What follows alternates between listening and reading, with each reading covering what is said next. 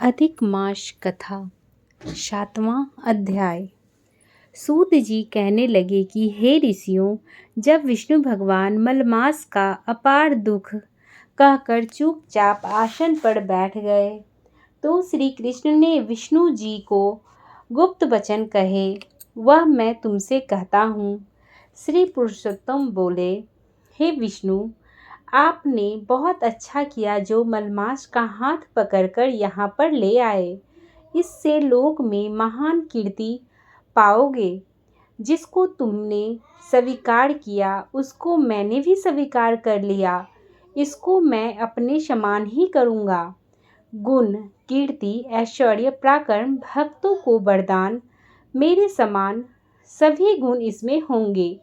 जैसे मैं लोक में प्रसिद्ध हूँ वैसे ही यह भी पुरुषोत्तम नाम से विख्यात होगा। जो गुण मुझ में हैं वही मैंने इसको दिए। हे जनार्दन, तुम्हारी प्रसन्नता के लिए मैंने अपने सभी गुण इसको दे दिए। यह पुरुषोत्तम के नाम से जगत में विख्यात होगा और मेरे समान होकर सब मासों का स्वामी होगा। अब यह जगत को पूज्य, जगत के नमस्कार करने योग्य होकर पूजनीय होगा और पूजने वालों का दुख दारिद्र्य का नाश करेगा। सब नाश इच्छा वाले हैं, मैंने इसको इच्छा रहित किया। मनुष्यों को मोक्ष देने वाला अपने बराबर मैंने इसको किया।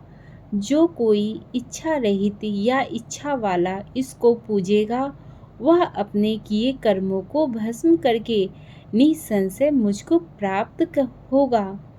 हे गरुड़ध्वज, महाभाग्यशाली यति, ब्रह्मचारी, महात्मा, निराहारी भी मेरे परम स्थान को प्राप्त नहीं होते, परंतु पुरुषोत्तम के भक्त मास भर में जन्म मृत्यु से रहित हो बिना परिश्रम के ही हरि के पद को पा सकते हैं।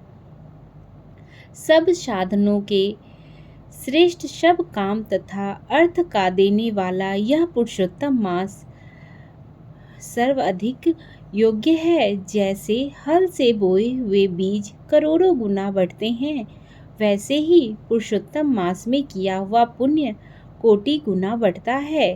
कोई चतुर्मास के व्रत यज्ञों द्वारा स्वर्ग में जाकर वहां के भोगों को भोगकर फिर इस पृथ्वी में आते हैं, किंतु जो पुरुषोत्तम मास का आदर से विधि पूर्वक सेवन करता है वह अपने कुल का उद्धार करके मुझको ही प्राप्त होगा।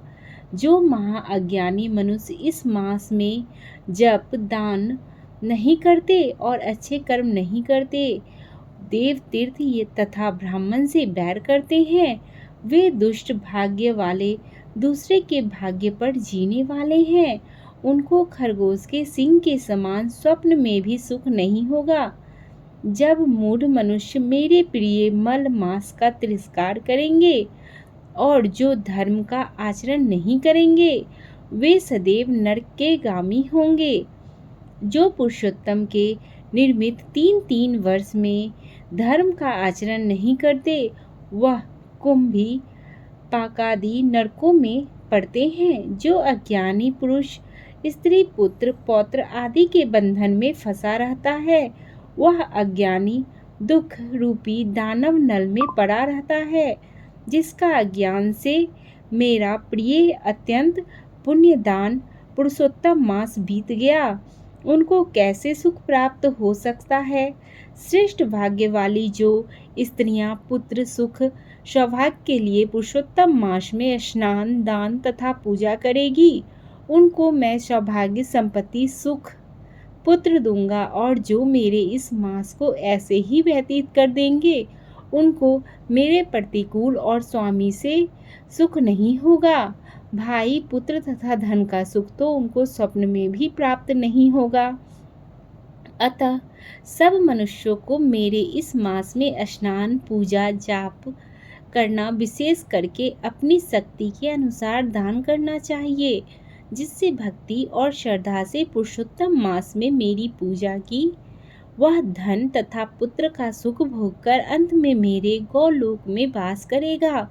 मेरी आज्ञा से सभी मनुष्य मलमास को पूजेंगे, मैंने सब मासों में उत्तम इसको किया है, इसीलिए हे रमापते, तुम इसकी चिंता छोड़कर पुरुषोत्तम मास को लेकर वैकुंठ को जाओ। इस तरह श्री कृष्ण कहते हैं और विष्णु भगवान मलमास को लेकर वैकुंठ को पधारते हैं। इसी तरह यह 7वां अध्याय पूर्ण हुआ। अभी तक अगर आपने हमारे चैनल को सब्सक्राइब नहीं किया है तो सब्सक्राइब कर दीजिए, लाइक कीजिए, कमेंट कीजिए। धन्यवाद।